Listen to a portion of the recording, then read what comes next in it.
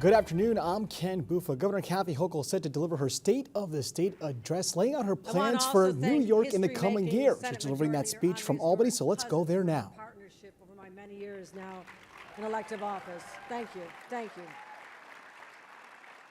Speaker Carl Heastie, I want to thank you for your friendship, advice, but also for the last 3 years opening up the Assembly chamber to us. A little more room here, Carl.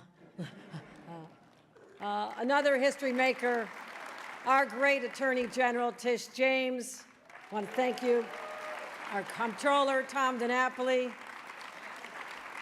our Lieutenant Governor Antonio Delgado, Assembly Member Crystal Peoples-Stokes,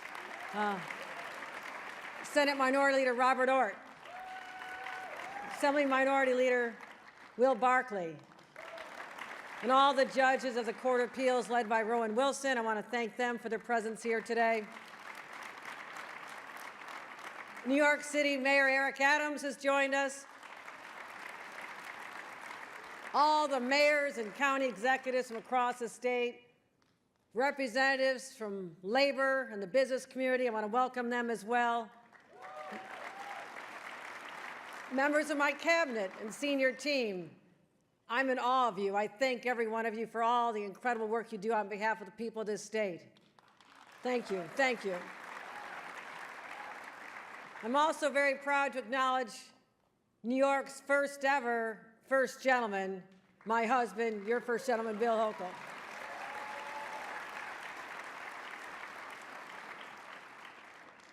My fellow New Yorkers, as we reflect on the state of our great state, the Empire State, two things are very clear to me. Our future depends on the ability of every family to afford the essentials of life and our ability to protect the safety and security of our residents. But we will not achieve these goals without a fight. So my commitment to every New Yorker is this: your family is my fight.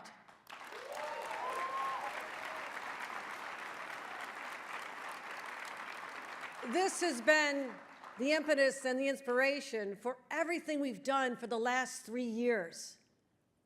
When we worked together and raised the minimum wage and tied it to inflation, because I and we believe that when costs go up, your wages should too. When we added jobs and boosted tuition assistance, education funding, public transit investments to the highest levels in history, it was because your family deserves the best opportunity for success. And when we battled insurance companies and ended co-pays for insulin, it was because your family's health was more important than insurance companies' profits.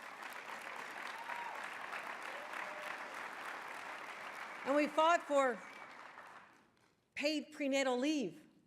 It was so expectant women can get medical care without losing their income, because the health of your baby and your family should always come first.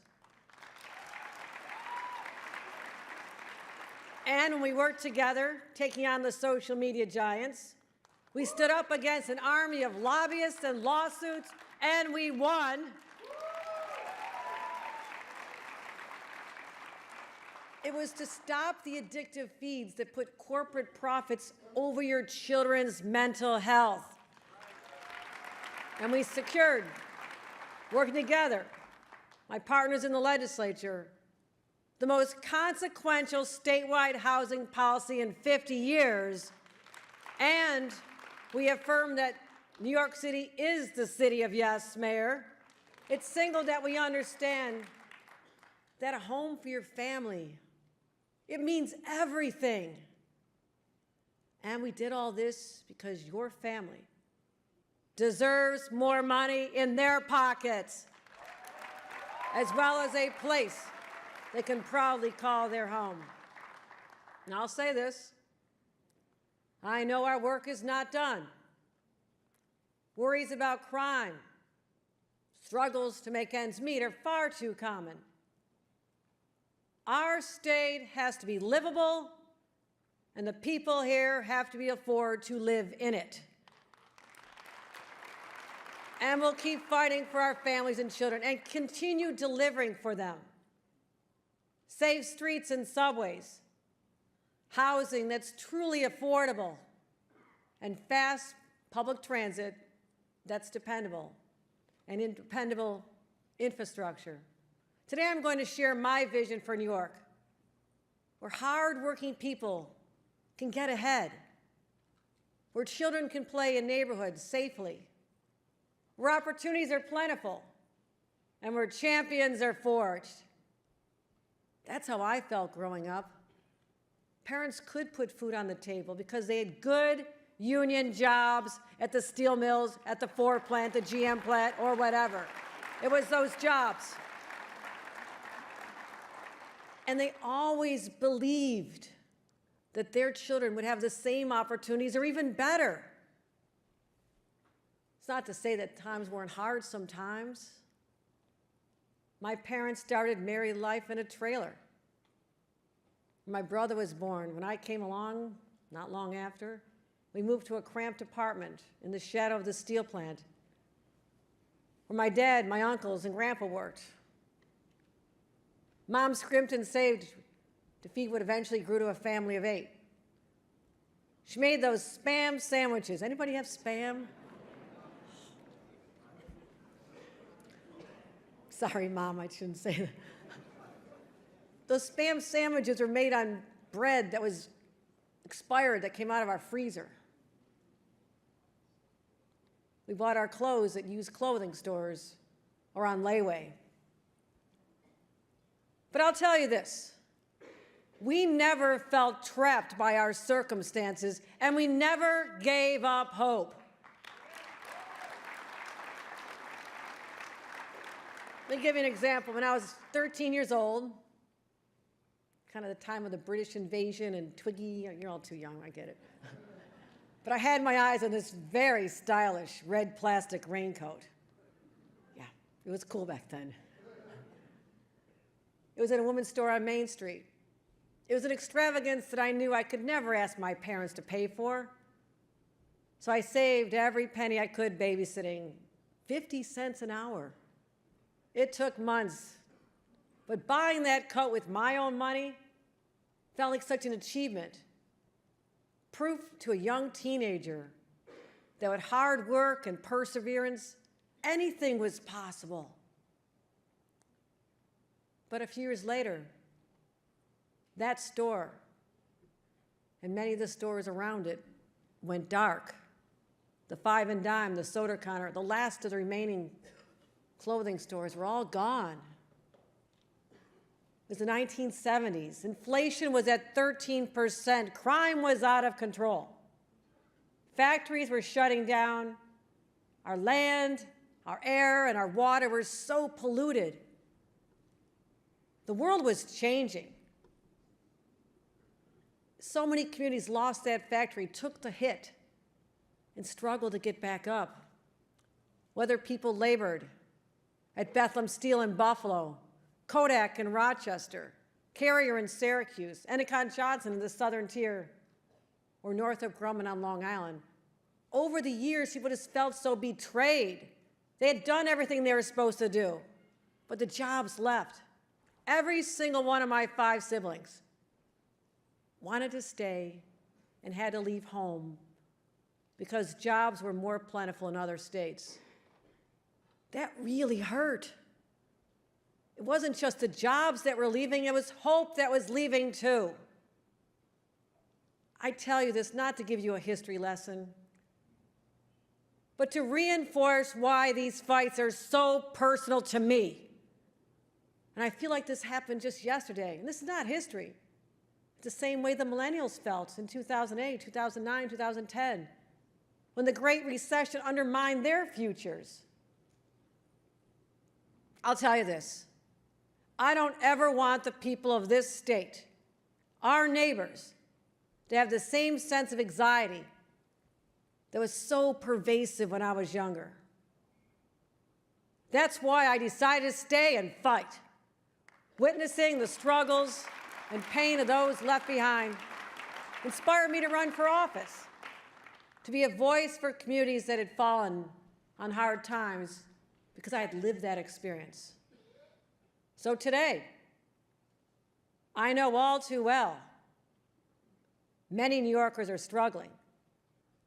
Inflation, sky-high rents, wages that just don't feel like they can keep up, a changing economy, an influx of unexpected arrivals who had great needs, and an unsettled world.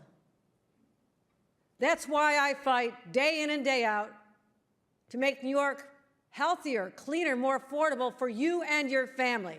Because as I said, your family is my fight. Yesterday, I had a great experience. I met with over 200 high school seniors from Hudson Valley Community College as well. College students, high school students from all over the Capital District. They shared their hopes and their questions about the future. I won't tell you about them. Let's hear from them directly.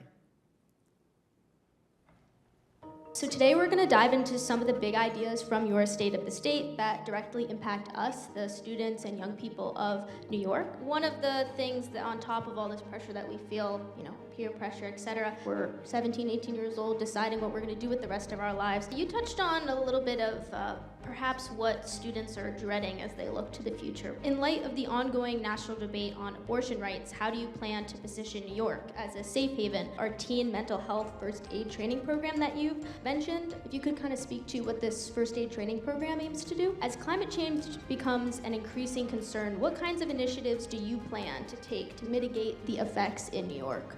Many of us in this room are also looking to the future, whether it's college or whatever path we choose.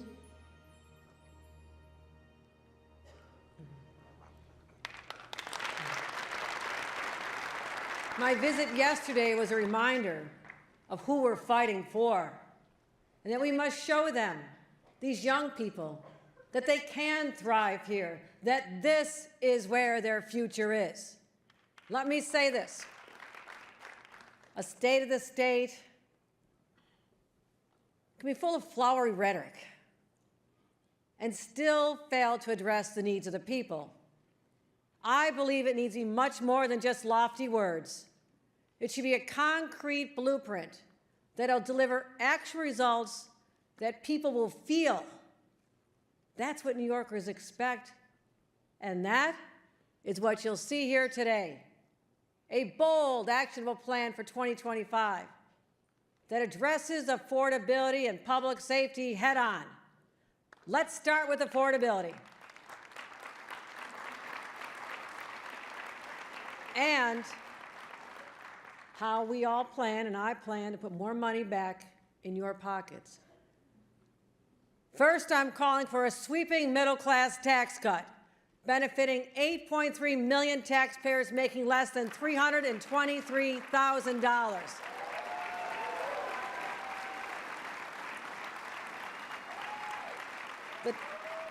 The tax cut I propose today and will fight for in the coming months will deliver the lowest tax rates in 70 years. And it'll save hardworking taxpayers $1 billion. By itself, it's a monumental win for New Yorkers in the battle for affordability. But that's just the start. The fact is, many Americans, not just New Yorkers, have been hit hard by inflation since COVID. Because prices went up, our sales tax revenue went up as well. But I believe this. That extra money does not belong in state coffers. It belongs back in your pocket. And that's why I proposed the first ever, the nation's first, inflation refund. Now, under my plan, we'll return billions and billions of dollars in surplus sales tax revenue directly to 8.6 million hardworking New Yorkers. I'm talking about seniors. I'm talking about recent grads. I'm talking about families bringing in less than $300,000 a year. This makes a difference $300 for individuals, $500 for a family. I've spoken to many of them. They are very excited about this. This is real money back in their pockets. So let's check. What do we have so far? An historic middle-class tax cut, inflation rebate checks, but that's not all. Families with children, they are the ones who need additional relief. And as New York's first mom governor, I know personally that the earliest years are the most expensive. Diapers, formula, clothes that they outgrow every 3 months. And that's why back in 2023, I worked with the legislature to make our child tax credit available for kids under the age of 4 for the first time ever. And this extended a financial lifeline to over 600,000 more families, because it made 0 sense to me that this credit only came available when our kids were almost in kindergarten, right? Just a few days ago, I met Tasia Brown, a mom of 3. She also had a 2-year-old. She told me that when she received a check last year, it felt like her birthday. She paid her utility bill, bought some extra groceries, and then she treated her kids to dinner, something that was so rare for her. That's what I'm talking about. It makes a difference. And this year, I want to support our families even more, tripling the maximum benefit to $1,000.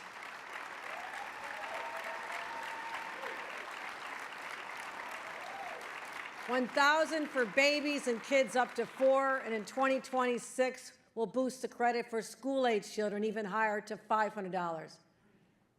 For parents, it's more food on the table, more supplies in the backpack for 2.7 million children. If you think about it, it makes good economic sense. Every dollar invested in the child tax credit will generate $1.25 in economic activity. That's spent in local stores, spent in our local businesses. Now, there's another huge driver of cost for families that we need to confront. Child care. Yep, oh yeah. Daycare costs over $21,000 a year. Now, if you're making minimum wage, it doesn't add up. That cost is 155% higher than a public college tuition in our state. It's like paying a second rent for so many families. And I know how hard it is to make life work without child care because I lived it. When my kids were young, I had to leave my job because I couldn't find accessible, affordable child care. I loved that job and everything I worked for. I didn't know if it would be derailed. I ended up okay. We're good. But I didn't at the time know I'd get my career back on track, and so many moms across the state of New York feel the same way. They can tell the same story. I want to partner with the legislature to put our state on a pathway toward universal child care. That really matters.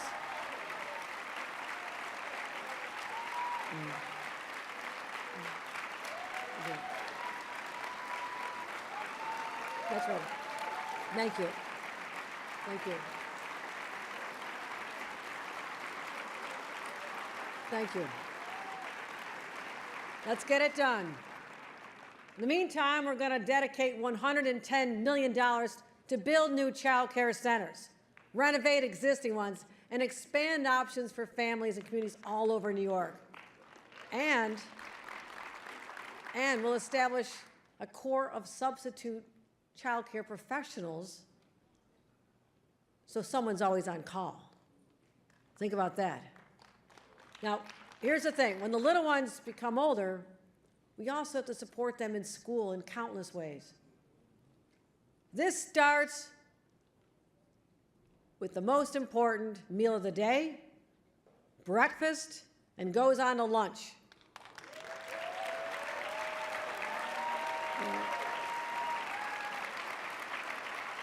The research is crystal clear. The children who grow up hungry score lower on tests and underperform. Think about it as adults, when you're hungry, your stomach's growling, you're not performing your best even at work. It pains me to think, as a mom, it pains me to think that little kids' stomachs are growling when they're sitting in school and they're supposed to be learning. In the wealthiest nation in the world, this can no longer be tolerated. Not in America, and definitely not in the great state of New York.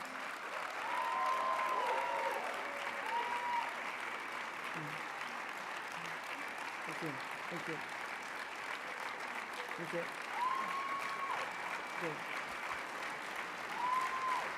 Thank you. Thank you.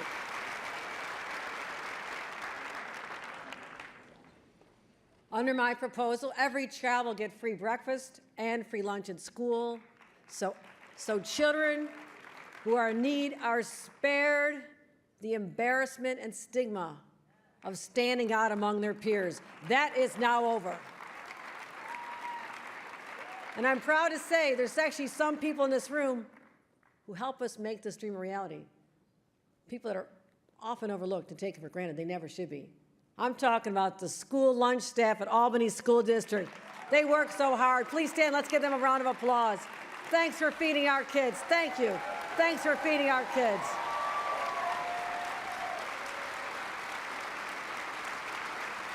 Thank you. And parents, if you've ever had to get kids ready for school in the morning, can you imagine not having to worry about breakfast or lunch? That's a gift of time, the most precious commodity for harried parents, right? But let me mention something even better, the savings. As much as $1,600 each year back in your wallet per child, not having to spend the money. My friends, what I'm talking about overall, it adds up to nearly $5,000. $5,000.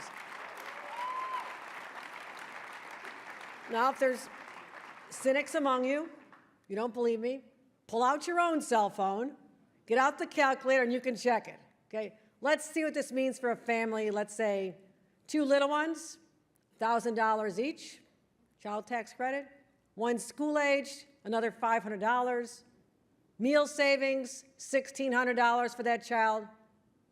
While you're at it, throw in the $500 for your family rebate, plus your tax cut savings. Now we're approaching $5,000 in real money back in your pockets. That's how we make New York more affordable.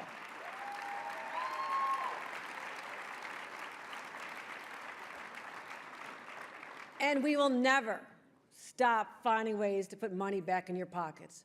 This is something I've done every year as governor. But there's another fight that I'll continue to take on. Our state must be livable and safe. My fight for your family also means New Yorkers feel secure on the streets, on our subways, in their communities. And we're going to do this with common sense measures that everyone can get behind.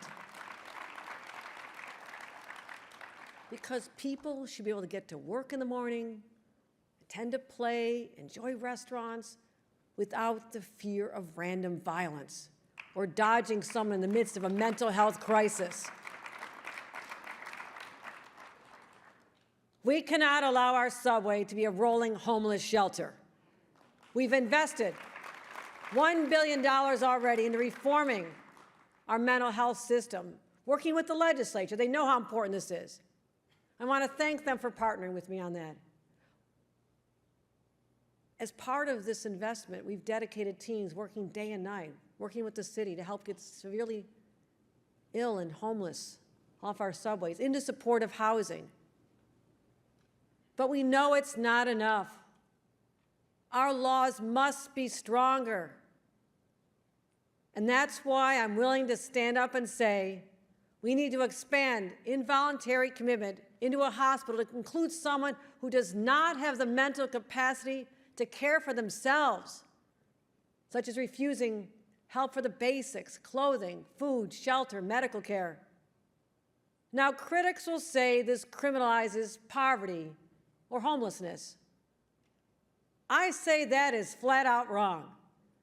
This is about having the humanity and the compassion to help people incapable of helping themselves, fellow human beings who are suffering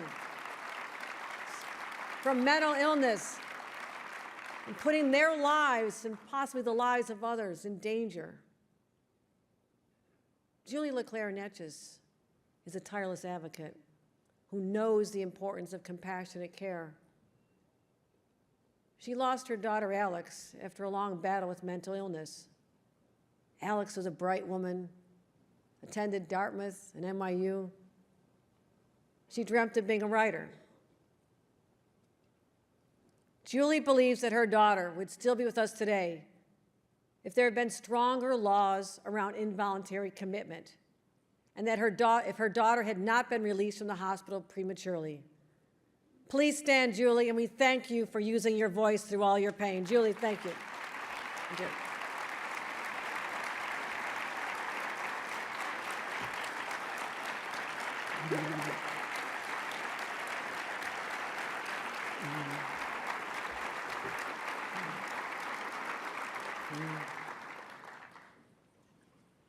We also need to strengthen Kendra's law so those with serious mental health challenges can get into long-term treatment instead of cycling in and out of the system or living on the streets.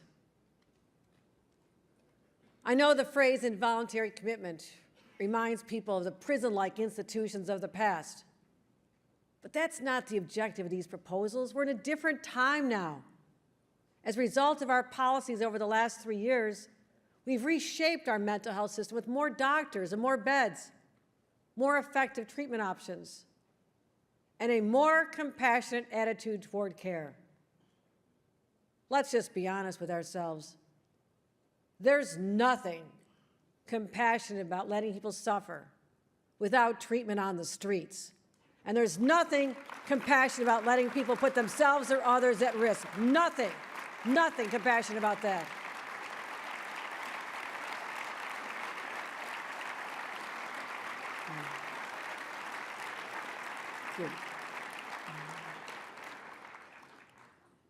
Now let's turn to subway safety. To reduce crime and the fear of crime, we've deployed over 1,250 state personnel, including the state police and the National Guard, to support the city and NYPD's efforts on the subway.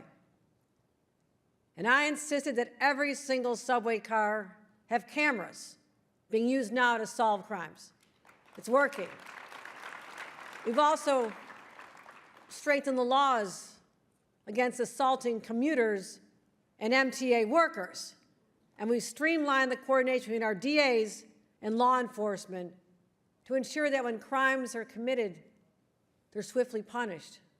We've put barriers on some stations to prevent people from being pushed on the tracks. But we need to accelerate these efforts. First, working with Mayor Adams, we'll surge more law enforcement once again and put even more there. I want to see more uniformed police officers, not just on the platforms, but more importantly, on every single train overnight, 9 p.m. to 5 a.m. for the next 6 months. And the state will support these efforts financially because we have to stop the chaos. The physical infrastructure must be made safer as well. At my direction, the MTA will be installing even more barriers in 100 additional stations. Also, bright LED lighting in every station by the end of the year. And the shameless toll evaders, fare evaders, will finally be stopped with modernized gates. This will make the subway less chaotic but also help strengthen the financial footing of the MTA. And we'll establish triage centers at the end of all the major routes where people can get off, get assistance 24/7. So to recap, this is the game plan. More police where they're needed, safety infrastructure, and critical interventions to help the homeless and mentally ill get the help they need instead of languishing on trains and frightening fellow commuters. I say this because enough is enough. The chaos must end now.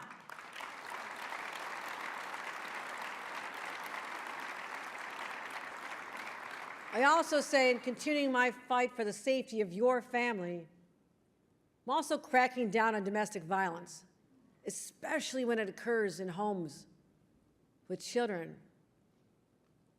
My mom was a champion for survivors of domestic violence. Her own home life was tough when she was young. And before she died, we worked side by side to create a safe haven for women and children who'd been abused. I saw in those children's eyes as we brought them into this shelter, there was no love. They'd not been raised with love. That's something they would carry with them the rest of their lives. All those kids deserve better. My mom would be so proud of the work we're doing today. So proud. And we're also working closely with law enforcement to apprehend and prosecute the rapists and to keep guns out of the hands of abusers. And when it comes to repeat offenders,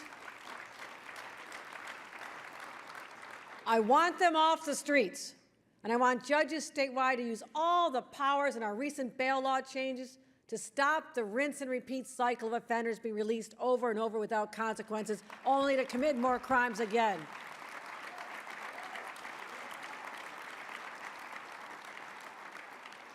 And I'll fight to finally close those loopholes that were created in our discovery laws that delayed trials and lead to cases being thrown out on minor technicalities.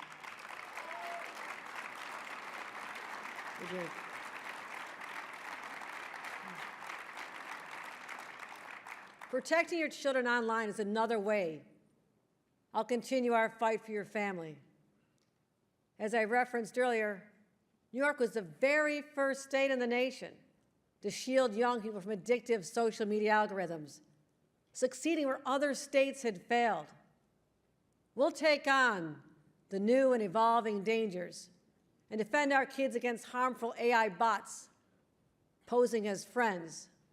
This is part of our continuing effort to make youth mental health a top priority, including investing in mental health first aid classes and clinics in our schools.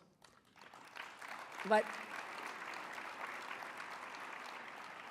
to truly free our kids from social media, we must give them safe places to simply be kids. It's just common sense. That's why I'm launching the Unplug and Play initiative. We'll build new playgrounds. We'll create hundreds of new opportunities for kids to join music and drama clubs, join youth volunteer organizations, sports teams. These activities are transformative. Just ask Brian Hernandez-Lopez, who's with us here today. Brian wandered into the Ring of Hope Boxing Club in Schenectady at the age of 13. He told the coaches at the time, I just need some way to defend myself. And he fell in love not just with the sport, but how it made him feel strong and hopeful, confident he could take on anything inside the ring and out. Today, Brian's finishing his associate's degree as a high school student while coaching younger kids at the club. Oh, his future's so much brighter. That's the power of these programs. Brian, please stand up.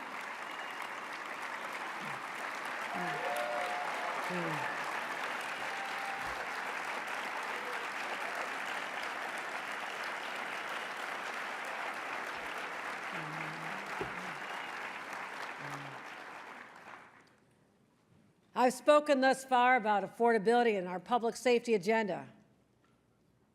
Now let's turn to something that I also just believe is common sense. A stable home is the foundation of a stable life.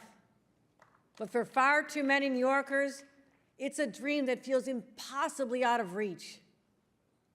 And I'm not the first one to say this, but the rent is too damn high.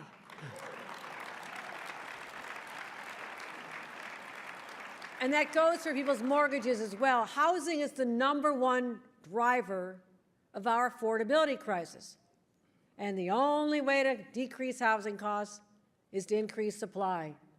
We need to build and build and build some more.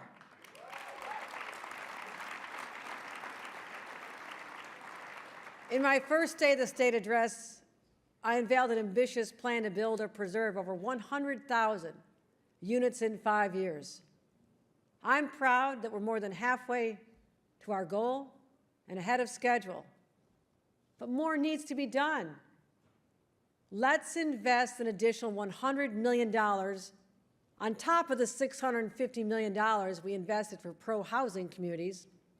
This will target a home ownership strategy that includes $100 million to build starter homes and provided down payment assistance for first-time home buyers.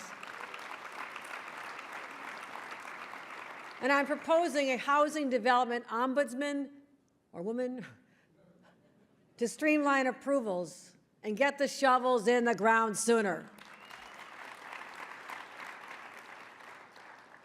And we also have to take a hard stance against the private equity firms that have strangled some of the housing markets across the country. We've seen it. You know what happens. A young family finds the home they've been searching for. They're so excited. They scrape together every dollar they have, and then they lose out to an all-cash offer from a faceless, nameless corporation with no connection to the community. Corporate landlords co-opt our housing stock for short-term rentals as well. Or even worse, they just let them sit there vacant while the values soar, and we need every one of them. That's why New York will do something no other state has done before and ban private equity companies from bidding on properties for the first 75 days that they're on the market.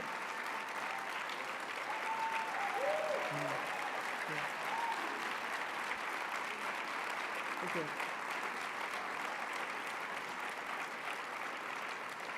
That's how we'll ensure that single and two-family homes remain available for the families they were built for.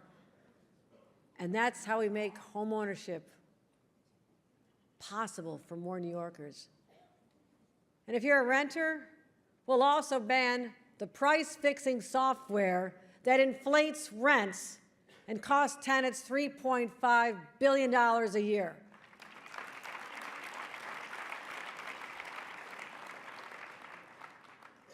As we've seen with our past battles, we can't unleash the full potential of the housing market without a fight.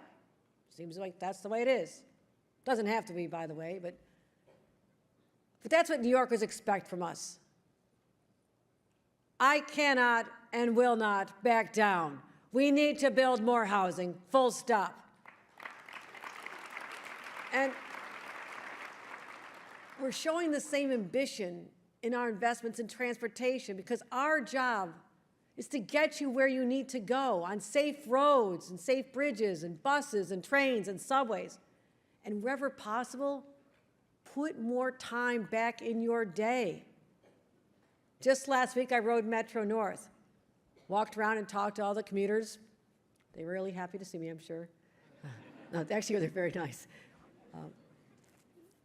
I told them I want to upgrade the stations and reduce commute times between Manhattan and Poughkeepsie, as much as 15 minutes each way. Now, if you add it up, that'll save commuters up to 130 hours a year. That benefits people like Helene Brown, who's with us here today with her nephew. She works at CUNY and commutes in every day from Yonkers. And I also think about all those Long Island Railroad riders I met on Friday. Talk to them about our strategy, including them as well. We have a lot to do. I love to build. I love transportation. I love infrastructure. We have a lot to do. And since I've become governor, we've been building the great public works projects, some decades in the making, and creating tens of thousands of good-paying union jobs, Projects like the Gateway Tunnel under the Hudson, the largest funded infrastructure project in America today. We'll also extend the 2nd Avenue subway into East Harlem, eliminating a transit desert and creating access to better-paying jobs. And the Interborough Express to connect Brooklyn and Queens. We're making progress. Let's get it done. And reconnect communities like Syracuse that have been severed by I-81. We're almost done, almost getting there. And right here in Albany, the new Livingston Avenue Bridge.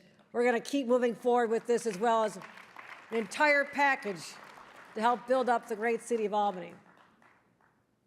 This year, I'm backing an MTA capital plan, and we must end decades of failure to make the hard but necessary investments in this critical infrastructure. Because if we come up short, the future of our transit system and the economic strength of our state is jeopardized.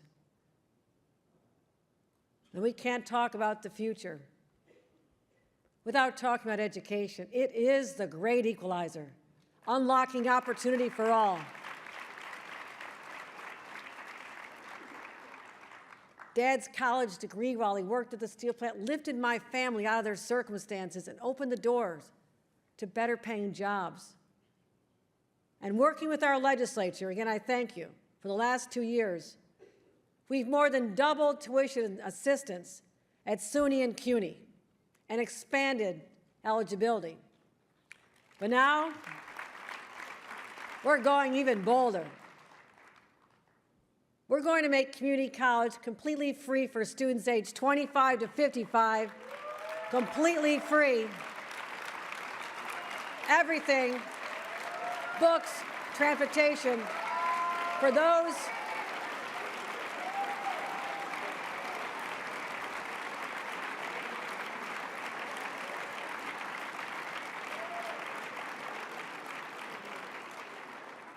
this will be for those who entered the high-demand fields like advanced manufacturing and healthcare and education. We have so many vacancies. Think about this. If you want to change jobs, you're not sure what to do, you can go back to community college on us, because we know you're going to keep contributing to the great and mighty strength of our state. These are real savings for New Yorkers pursuing careers and puts money back in their pockets while helping us fill these critical jobs in these essential industries. And we will never forget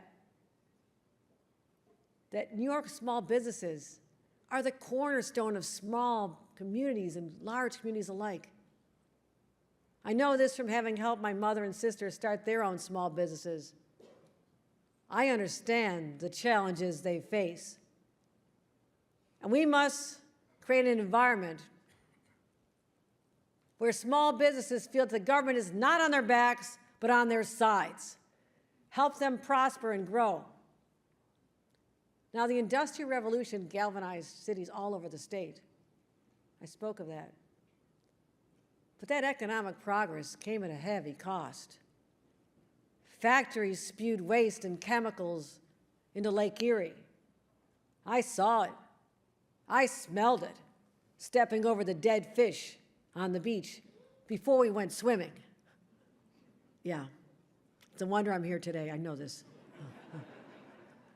But today, as we usher in a new innovation revolution, we must learn from those mistakes. And we need look no further than the deadly fires in Los Angeles, a reminder of how fragile our world truly is and what the future will hold if we sacrifice Mother Nature on the altar for profit. Our hearts go out to everyone in California who's lost homes, lost loved ones. And I'm grateful to the firefighters there and the firefighters we have in the state of New York who work 24-hour shifts. They defend their communities from the walls of fire. Thank you to our firefighters. Thank you, thank you, thank you. We appreciate you so much. Thank you, thank you.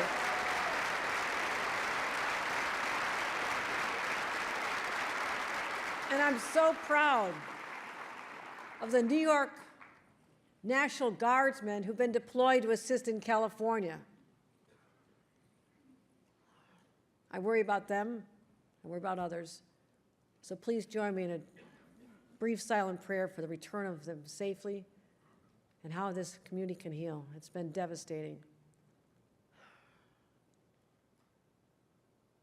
Today, we have one of our own brave firefighters here with us, Chief Alex Nichols.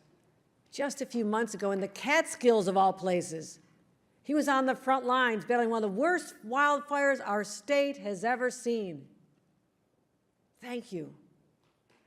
Thank you for your courage today. Thank you. Please stand up. Thank you, Alex.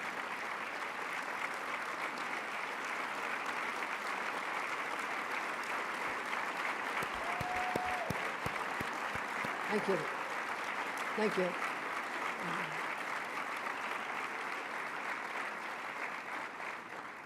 We appreciate you so much. It's not just the wildfires. Just since I've been governor, we've experienced record heat, droughts, floods, tornadoes, blizzards, and hurricanes. It's a lot. And I want to thank all the emergency personnel across our state and our commissioner and everyone else who gets to just doing everything they can to save lives and property. But my fight for your family also means this. We must prevent these catastrophes from becoming our new normal, because we are the first generation to truly experience the effects of climate change, and we are the last generation that can do anything about it.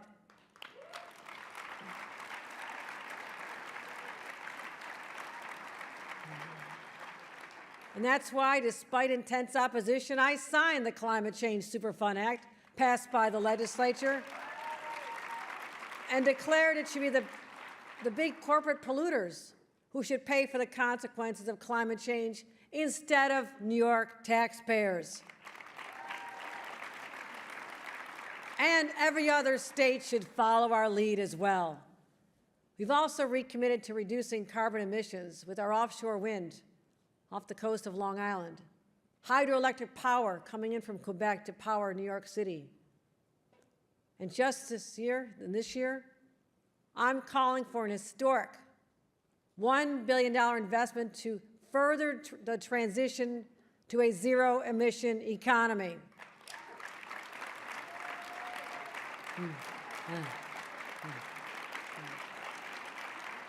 We're going to build power-ready sites for green industry. This is the same kind of effort that helped us land Micron and their historic $100 billion investment, which creates 50,000 good-paying jobs in upstate New York. That is the economy of the future. Microchip fabs, data center, and the supercomputers that power AI, they all need tremendous amounts of energy. And to support these industries, we've already started developing additional strategies, like advanced nuclear microprocessors. This is a good investment because artificial intelligence alone is projected to drive $320 billion of economic growth in our state by 2038. It's already transforming fields from agriculture to medicine. And that's why last year we launched Empire AI to build the most powerful supercomputer in the country for academic research, and it's already happening. Thank you to the legislature for supporting this. It's all part of our effort to create a sustainable economy that can withstand the test of time, because there is no plan B if we fail. Why is this so important to me? Because my fight for your family includes making sure your kids and grandkids can have the jobs of the future right here in the state of New York, powered by clean energy. Now, I've highlighted just a few of the essential elements of my battle plan. I assure you, there are more than 200 proposals in our State of the State book, and you're all going to enjoy reading them late tonight. And thank you to my extraordinary team again, and my policy team, and everyone who worked so hard on this, the budget team, the senior team, the cabinet members. There's no break yet. We have to do the budget next week. Sorry, Blake. But our 2025 blueprint will continue. It'll continue our fight for New York's children and families. So let's recap our priorities. Driving down crime, lowering taxes, investing in child care and education, jobs, new homes, clean energy, small businesses, and building a strong economy that'll endure for generations. Yes, it's bold, but as Wayne Gretzky once famously said, you miss 100% of the shots you don't take. And I'll always take the shot.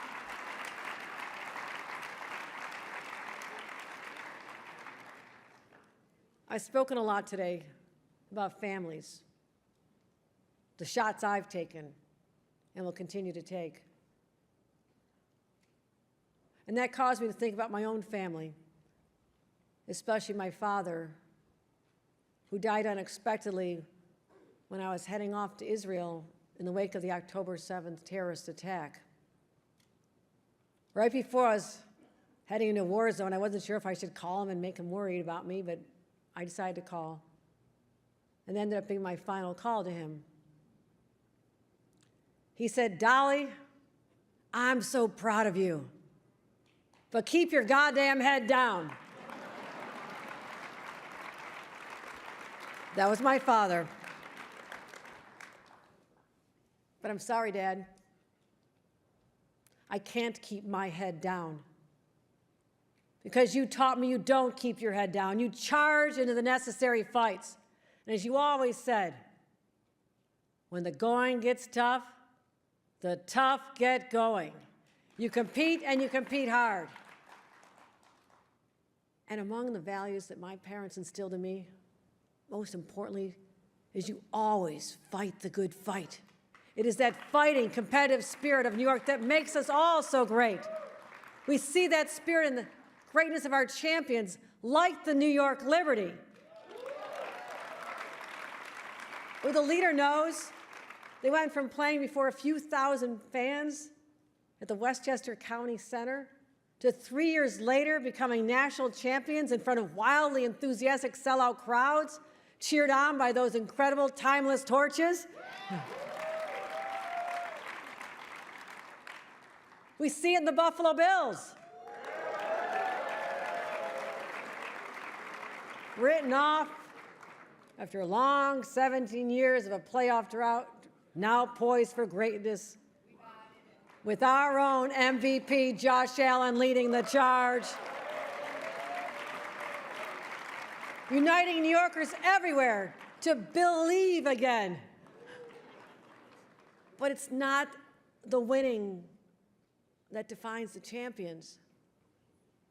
It's what they do when they get knocked down, getting back into the fight. And it's not just our star athletes who embrace that competitive spirit. It's embedded in the DNA of everyone who calls themselves a New Yorker. Because we're tough, we're gritty, we're resilient, proud, undaunted in the face of adversity. This is the New York I've witnessed in every corner of this state.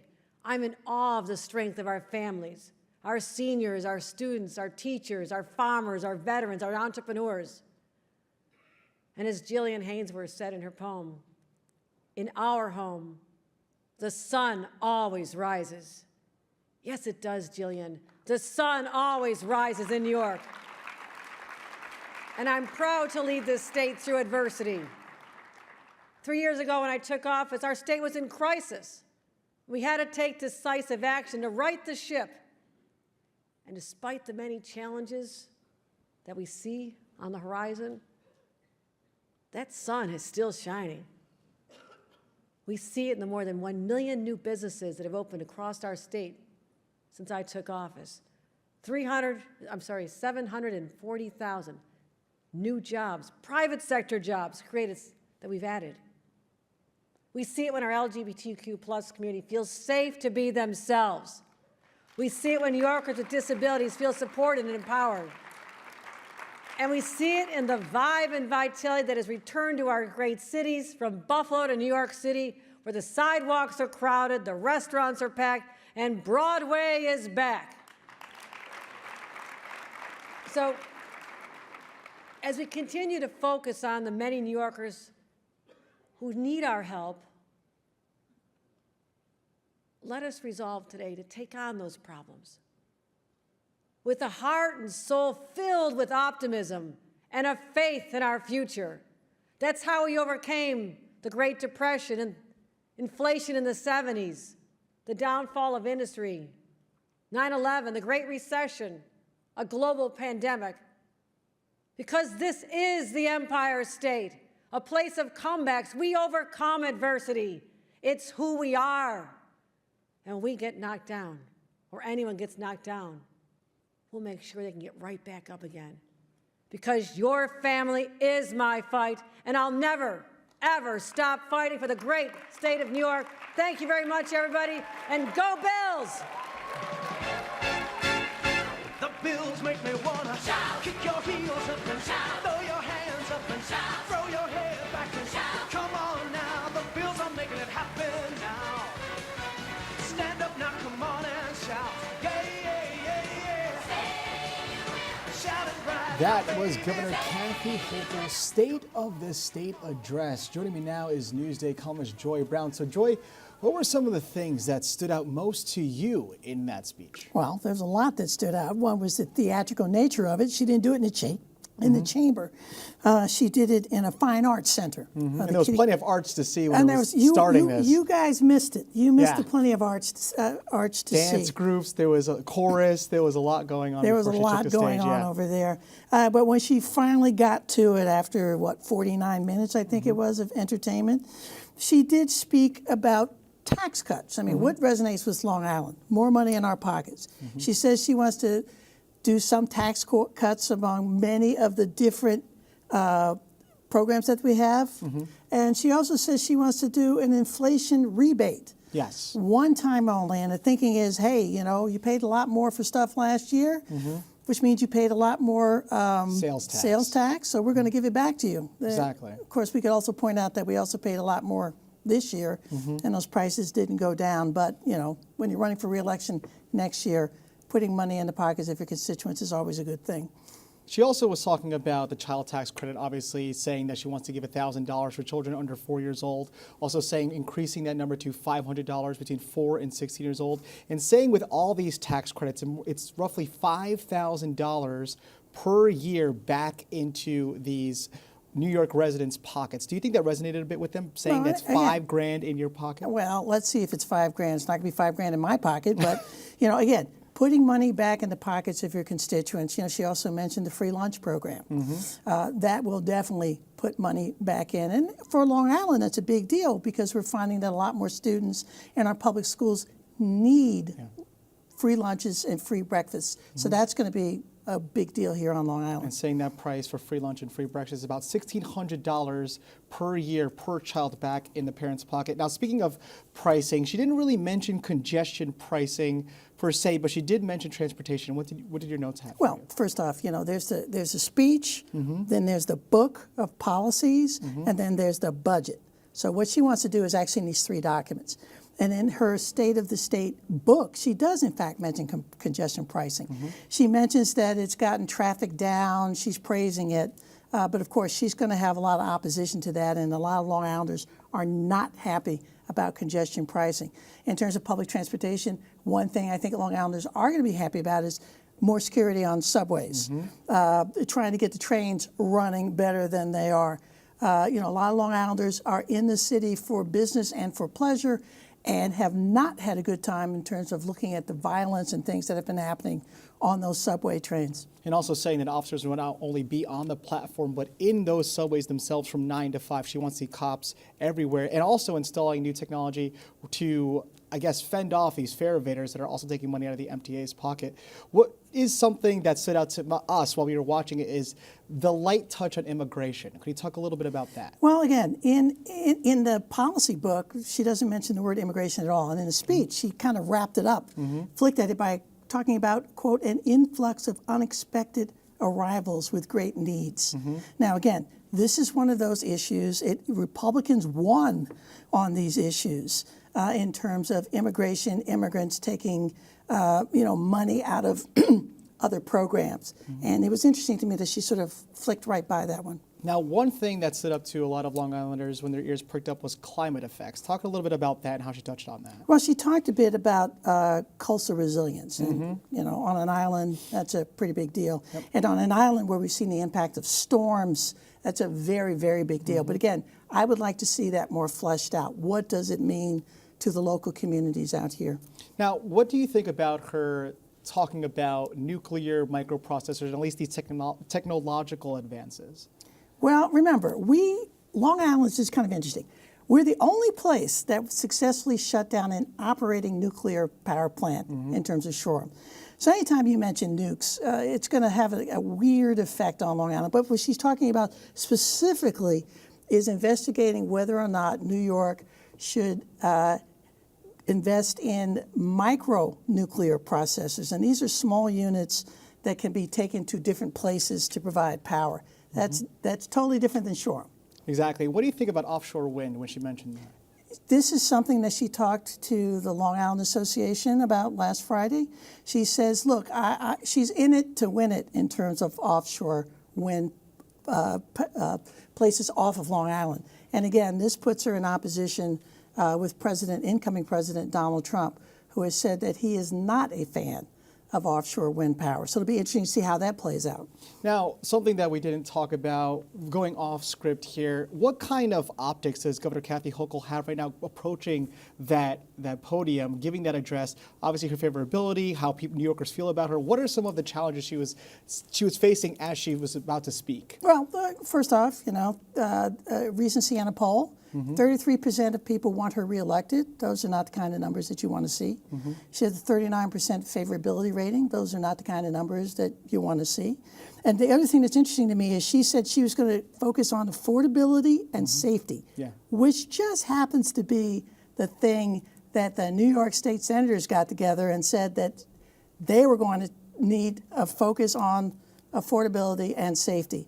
You heard a lot from her sounding like a Republican in some instances because she understands that her reelection bid rests on Long Island getting less red and the state getting more blue. Yeah, exactly. Even when it was the race was up a couple years ago, she won by like roughly 6 points over Lee Zeldin. And we saw in this last presidential election that there was a lot of red on Long Island and throughout New York State. So I'm guessing she's also playing to the other side of the aisle to let them know that some of their priorities, some of their values, she also sees and she's trying to hammer too. Well, but I don't think that this is a party issue. I think that what's happened here is that people, because remember, on Long Island to get those votes, it wasn't just Republican-Democrat split. The Republican Party had a message that went to the blanks, the Dems, the Republicans. The Republicans had a message that crossed racial groups, across economic groups. I think that, there's something to be said for taking a look at this last election and these last few elections on Long Island in terms of what are Long Islanders interested in, what do Long Islanders want, what do Long Islanders need? And I think we're hearing a lot more of that from this governor and frankly from Democrats that we have in a long, long time. Joy Brown, always a pleasure to have you on. Thank you so much for your analysis, and thank you so much for watching our special coverage of the State Address. I'm Ken Buford, you're watching Newsday TV.